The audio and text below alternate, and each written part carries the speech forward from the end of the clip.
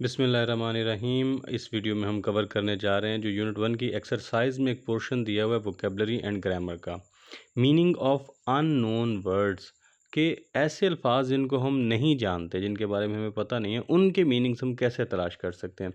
The good readers should use different strategies. जो एक अच्छा रीडर है उसको मुख्तलिफ स्ट्रेटजी इस्तेमाल करनी चाहिए टू फिगर आउट अनफेमिलियर और ट्रिकी वर्ड्स। अगर कुछ उसे ऐसे अल्फाज नज़र आते हैं जिनसे वो नावाकिफ़ है या जो ट्रिकी उसको महसूस हो रहे हैं, थोड़े पेचीदा महसूस हो रहे हैं, तो फिर उसको कुछ स्ट्रेटजीज़ हैं वो इख्तियार करनी होती हैं। You may use the following strategies to find out the meanings. आप ये जो नीचे स्ट्रेटजीज़ बताई हुई हैं इनमें से कुछ इस्तेमाल कर सकते हैं तो आप मुख्तलिफ अल्फाज के मीनिंग तलाश कर सकें। Of different words given in the text, अल्फाज में जो मुख्तलिफ किस्म के अल्फाज दिए होते हैं। पहली टेक्निक है जी वर्ड्स पार्ट्स। वर्ड पार्ट्स अल्फाज लफ्ज़ के दरअसल हिस्से होते हैं। उसका प्रीफिक्स हो सकता है, सफिक्स हो सकता है, उसका रूट वर्ड हो सकता है। जिस तरह अब है प्ले। प्ले एक रूट वर्ड है, इसके साथ कुछ और लफ्ज़ लगे होंगे और इसका मीनिंग बनेगा। मसलन प्ले है, प्ले का मतलब है खेलना, या प्ले का मतलब ड्रामा भी होता है। प्ले के साथ हमने ई आर का जो सफिक्स है वो लगा दिया, तो अब ये बन गया प्लेयर, खेलने वाला, खिलाड़ी। ठीक है। इसी तरह अगर हमने इसके शुरू में एक सफिक्स प्रीफिक्स लगा दिया जो है रीप्ले, दोबारा चलाना, दोबारा खेल पेश करना या दोबारा किसी चीज़ को दोहराना। ठीक है। तो असल में मेन वर्ड से हम मुख्तलिफ अल्फाज जो और बन रहे होते हैं, अगर हमें रूट वर्ड के मीनिंग पता हो ना, तो उसके साथ जो दूसरा हमने ई आर या उसके शुरू में कोई प्रीफिक्स लगाया है, उसके बाद कोई सफिक्स लगाया है, उसकी मदद से हम जो दूसरा लफ्ज़ है उसके भी मीनिंग तलाश कर सकते हैं। मसलन प्ले से प्ले ग्राउंड हो जाएगा। ठीक है। तो ग्राउंड जगह, प्ले खेलने की, प्ले ग्राउंड खेलने की जगह। अच्छा, दूसरी टेक्निक जो है वो है जी डिक्शनरी या थेसॉरस का इस्तेमाल करके हम उसकी मीनिंग देख लेते हैं। डिक्शनरी में से तो हमें पता लग जाएगा उसके क्या मीनिंग है। फिर ये होता है कोई अल्फाज होते हैं उनके मल्टीपल मीनिंग्स होते हैं, एक ही लफ्ज़ होता है उसके मीनिंग मुख्तलिफ होते हैं। Some words change meaning based on their usages. उनका इस्तेमाल कहाँ पर हुआ है इसके लिहाज से उनके मीनिंग जो है वो चेंज हो जाते हैं। मसलन एज़ जो अब वर्ड है, अब एज़ का मतलब होता है के तौर पर। ठीक है। I am working here as a teacher, मैं यहाँ एक उस्ताद के तौर पर काम कर रहा हूँ। एज का मतलब होता है जैसे। ठीक है। He is as beautiful as a moon, वो इतना खूबसूरत है जितना के चांद। अब है उसको किसी दूसरी चीज़ से हम मुशाबहत उसकी बता रहे हैं कि उसके जैसा।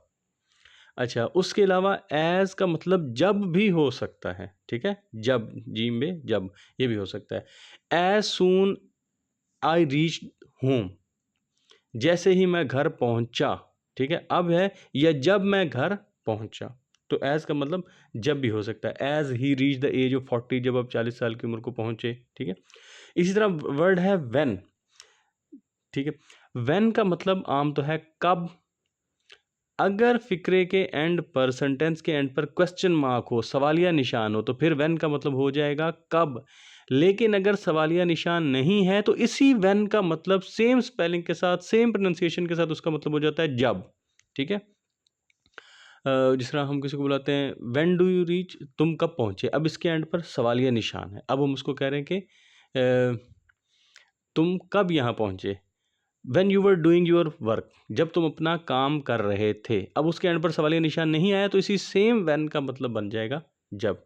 इसी तरह फैब्रिक है, ये हमने अपने जो लेसन है उसमें भी शायद हमने ये लफ्ज़ इस्तेमाल किया। फैब्रिक का वैसे तो मतलब होता है कपड़ा, लेकिन जब सोशल फैब्रिक की बात होती है तो कपड़े में क्या होती हैं, तारें आपस में, धागे जो है उनका हमने ताना बाना बनाया हुआ था, तो फैब्रिक का मतलब होता है ताना बाना। लेकिन जब उसको फ़िक्रे में इस्तेमाल करते हैं उसके ख़ास जिस लिहाज से हम लोग को जहाँ पे वो आया है उसके लिहाज से उसका मतलब बन जाएगा ढांचा, ताना बाना ढांचा। ठीक है। अगली चीज़ है जी कॉन्टेक्स्ट क्लूज। जो जिस जगह पे वो लफ्ज़ आ रहा होता है ना फ़िक्रे में, वो भी अपने मीनिंग बता देता है। अच्छा, उसकी यहाँ पर एक मिसाल भी दी हुई है। राइटर्स और ऑथर्स ऑफन गिव हिंट्स और क्लूज। अक्सर जो राइटर्स हैं या ऑथर हैं, लिखारी हैं, वो आपको हिंट्स देते हैं to the meaning of unfamiliar words. वो अल्फाज जिनको आप नहीं जानते होते उनके हिंट्स आपको उसी के दे देते हैं। In the sentence around them, जिस सेंटेंस में वो इस्तेमाल हुए होते हैं ना, उसी सेंटेंस के अंदर ही आपको राइटर जो है कोई ना कोई क्लू दे देता है। So the meaning of that particular word, इसलिए उस खास लफ्ज़ के जो मीनिंग होते हैं कैन बी डिड्यूस्ड, मालूम किए जा सकते हैं फ्रॉम द वर्ड सराउंडिंग, इस जिन अल्फाज ने उन्हें घेरा हुआ होता है ना, उन्हीं से हम उनके मीनिंग मालूम कर सकते हैं। इसको ख़ास तौर पर समझाने का मकसद ये भी है कि जो आपकी एनुअल में क्वेश्चन आना है जिसमें आपने मीनिंग तलाश करने होंगे, जो राइट मीनिंग, जो अंडरलाइन या बोल्ड किए हुए वर्ड का मीनिंग आपने बताना होगा, वो ऑप्शन सेलेक्ट करना होगा। तो अगर आपको मीनिंग डिड्यूस करने आते हैं तो आप वो क्वेश्चन अच्छे से अटैम्प्ट कर सकते हैं। अच्छा, उसकी एग्जांपल्स दी हुई हैं। द कैट वॉज सो, बिल्ली इतनी ज़्यादा फैमिश्ड। अब फैमिश्ड का हमें नहीं पता कि वो फैमिश्ड क्या है, यानी उसको कुछ मसला है। दैट के इट डिवोर्ड, कि उसने निगल लिया एन इंटायर, पूरे का पूरा बाउल, प्याला ऑफ फूड, खुराक का, इन सेकंड्स, सेकंड्स में, चंद सेकंडों में, कि उसने चंद सेकंडों में पूरा प्याला जो था उसको निगल लिया खाने का। और ये सब उसने एक सूरत हाल के पेश नज़र किया था। वो सूरत हाल अब क्या हो सकती है कि कोई इंसान या कोई जानवर है, कोई भी चीज़ है, अगर वो फौरी तौर पर किसी चीज़ को निगल लेता है, खा लेता है, सफ़ा चट कर देता है, तो इसका सादा सा मतलब है कि जो हमारे पास क्लू आ जाते हैं, डिवॉर्ड, इंटायर बाउल, पूरे का पूरा प्याला, इन सेकंड्स में, ये तीनों लफ्ज़ अब हमें बता रहे हैं कि ये जो लफ्ज़ है ना, फैमिश्ड पीछे इस्तेमाल हुआ कि उसने निगल लिया पूरा प्याला और जल्दी जल्दी, इसका मतलब है वो भूख में मुब्तला था। तो फैमिश्ड का मतलब हो जाएगा वेरी हंग्री। अच्छा, इवन दो, अगरचे, द डायरेक्शंस, सिमतें, या जो उसके ऊपर निशान लगे हुए थे, वर थे इम्बिगुअस, वो कुछ ना कुछ उनके साथ मसला था डायरेक्शंस के साथ। अगरचे डायरेक्शंस ऐसी थीं, अब मैं उसका मीनिंग नहीं आपको बता रहा फिलहाल। वी ट्राइड, हमने कोशिश की, ठीक है, टू फॉलो, ताकि हम पैरवी कर सकें, टू फॉलो देम, उनकी पैरवी कर सकें, केयरफुली, बहुत एहतियात से।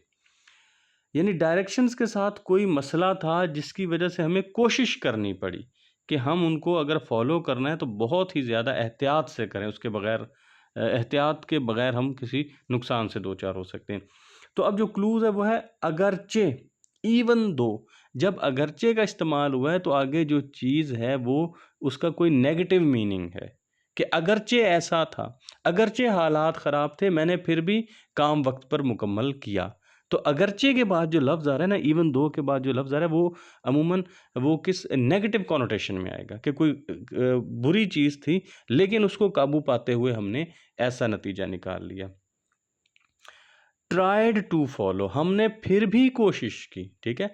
इससे भी ये जो ट्राई टू फॉलो का लफ्ज़ आ रहा है, ये भी बता रहा है कि फिर भी हमने कोशिश की। जो पहले वाली चीज़ है वो नेगेटिव है, लेकिन फिर भी हमने कोशिश की।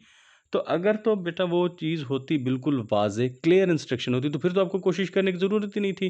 जिस तरह इंस्ट्रक्शन लिखी थी उसको आप फॉलो करते। अब उन्होंने कोशिश की है फॉलो करने की, तो इससे हमें क्लियर हो रहा है कि ये जो एम्बिगुअस है, इसका मतलब है इंस्ट्रक्शंस क्लियर नहीं थी, डायरेक्शंस जो बताई हुई थी वो बिल्कुल वाज़ेह नहीं थी, वो मुबहम थी, अनक्लियर थी, कन्फ्यूजिंग थी। इस वजह से फिर हमें कोशिश करके उनकी पैरवी करनी पड़ी, उन पर अमल करना पड़ा। तो ये जो फ़िक्रे का कॉन्टेक्स्ट है, इसके जो क्लूज़ हैं वो हमें बता रहे हैं कि एम्बिगुअस का मतलब होता है अनक्लियर या कन्फ्यूज़ करने वाला। आगे एक और एग्जांपल, लुबना ट्राइड, लुबना ने कोशिश की टू कंसोल। कंसोल अब एक वर्ब है, कोई उसने काम करने की कोशिश की। अब हमें कंसोल के मीनिंग नहीं पता कि वो क्या है। हर फ्रेंड अपने दोस्त को, आफ्टर द बैड न्यूज़, बुरी खबर सुनने के बाद, बुरी खबर सुनने के बाद, और वो खबर किसको मिली है, वो दोस्त भी है, जिसको ये खबर मिली है बुरी, वो दोस्त भी है। तो अब उसके साथ क्या काम किया, ऑफरिंग, उसको पेशकश की, टिश्यूज़ की, तो उसको टिश्यू ऑफ़र किए, एंड काइंड वर्ड्स, और उसके साथ हमदर्दी के दो बोल भी बोले। अब खबर बुरी मिली है, टिश्यू पेश किए, हमदर्दी के अल्फाज बोले हैं, और जिसको मिली है वो दोस्त है। तो अगर दोस्त को बुरी खबर मिली है, उसको ऑफ़र की है टिश्यूज़ की या काइंड वर्ड्स की, तो इसका मतलब जो पीछे एक वर्ड आया है, वो हम ये तो नहीं कह रहे कि उसको चपेड़े मारने की कोशिश की होगी, तो वो पहले एक बुरी खबर से दो चार है, तो उसको कंसोल करने की कोशिश की है। तो यहाँ कंसोल कॉन्टेक्स्ट के लिहाज से क्या बन रहा है, फ्रेंड है, बैड न्यूज़ है, उसको टिश्यू पेपर दिए हैं और उसके साथ अच्छे अल्फाज बोले, इसका मतलब उसका ढारस बंधाई है, उसकी हिम्मत बधाई, उसको हौसला दिया, उसको कंफर्ट दी है।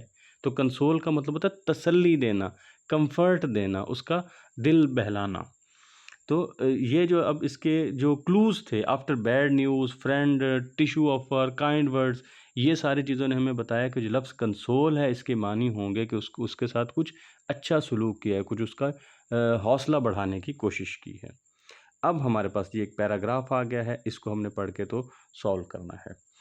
As the storm grew stronger, जैसे जैसे तूफान तेज हुआ, the waves began to pummel, तो जो प्यूमल जो लहरें थी उन्होंने प्यूमल करना शुरू किया। अब वो क्या है, द शोर किनारे के साथ, विद ट्रिमेंडस फोर्स, इंतहाई ज़ोरदार ताकत के साथ। जो लहरें थीं उन्होंने ज़ोरदार ताकत के साथ किनारे पे कुछ करना शुरू किया है। अब लफ्ज़ का हमें नहीं पता। द विंड हाउल्ड, फ़िज़ा चीख रही थी, या हवा जो थी वो चीख रही थी, गुर्रा रही थी। And trees bend under its pressure, और हवा के दबाव से जो दरख्त थे वो झुके जा रहे थे। Boats rocked violently in the harbour, और जो कश्तियाँ थी वो बुरी तरह वहाँ पर ऐसे उथल पुथल हो रही थी। And people ran to find shelter, और जो लोग थे वो दौड़ रहे थे उसकी तलाश में, पनाह की तलाश में, फ्रॉम द हार्श वेदर, ये जो बुरा मौसम था उससे बचने के लिए वो कोई पनाह ढूंढ रहे थे। It was clear the storm wasn't just a light drizzle, तो ये तो बात वाज़ेह थी कि जो ये तूफ़ान था ये कोई हल्की फुल्की बूंदाबांदी नहीं थी। It was something much more powerful, तो ये एक बहुत खौफनाक चीज़ थी। तो वैसे तो हमारा जो पहली लाइन है ना, यही हमें जो हमारा ये वर्ड अंडर डिस्कशन है इसके मीनिंग तलाश करने में मदद दे देगी। What does the word most likely mean in this paragraph, ये जो फुमल का लफ्ज़ है, फ्यूमल, ये क्या मीनिंग कन्वे कर रहा है। अब आप देखें कि लहरें हैं और ज़ोरदार अंदाज के साथ साहिल के साथ, लहरें ज़ोरदार अंदाज के साथ साहिल में जैसे ही तूफ़ान हो रहा है तो क्या कर रही हैं, उससे टकरा रही हैं। तो फ्यूमल का मतलब हो जाएगा टकराना, ज़ोर ज़ोर से किसी चीज़ को मारना, उसको हिट करना। तो ये जो इसका कॉन्टेक्स्ट था इसने हमें बता दिया कि फ्यूमल का जो वर्ड है इसके मीनिंग होंगे टकराना। तो बार बार वो उससे किनारे से साहिल से टकरा रही थी। What clues in the paragraph help you figure it out, कौन से क्लूज थे, ट्रमेंडस फोर्स का क्लू कह लें आप, और ये जो स्ट्रॉम है इसका कह लें, और साहिल है ये कह लें, और जो था विंड हाउल्ड एंड प्रेशर, तो सारी जो चीज़ें हैं वो तूफ़ान की तरफ इशारा कर रही हैं। तो इन सारे क्लूज़ की वजह से हमें इसके बारे में मालूम हुआ है कि उसके क्या मतलब हो सकता है इस वर्ड का। और यहाँ पर अब इसका आंसर भी लिखा हुआ है, आप चाहें तो इसका आंसर भी देख सकते हैं।